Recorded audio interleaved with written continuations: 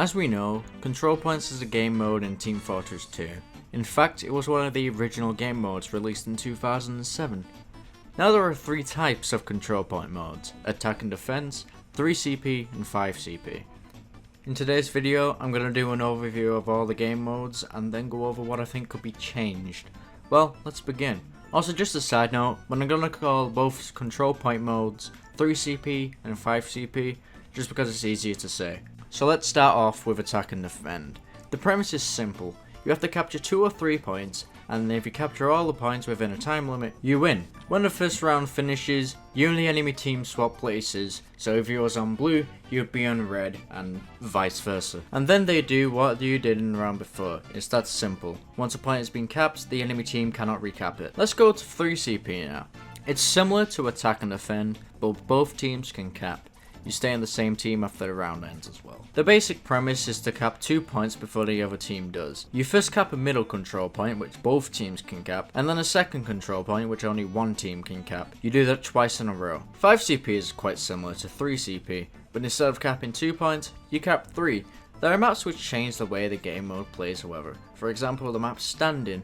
In that map, you have to cap all 3 points, and in the map Steal, you only need to cap point E, but capping every other point will help you cap E if you choose to go the easy route. Now let's go over what I like and dislike about each sub-game mode, and then go over some concepts on what could be made so each game mode is more enjoyable. So both Attack and Defend and 3CP is fine as it is. I would not change anything about them. I enjoy it. 5CP however is quite different. I have some things to say about it. The thing I like about the mode, I like how each maps look. They look pretty pleasing to my eye. My most favourite map would most probably be Powerhouse, but 5CP is more than just pretty maps. So what do I dislike about 5CP, you may ask? Well, I'll tell you. I hate how some matches can last up to literal hours, while some only last a few minutes. After a while, playing on the same round, on the same map, on the same server can get pretty boring after a while. And stalemates make it even worse. If you don't know what stalemates are, it's where both teams lose, or have a tie, depends on who you ask. Now stalemating wouldn't be as bad as it is, but it is, and I'll go over that shortly. So what do I think could be changed with 5CP?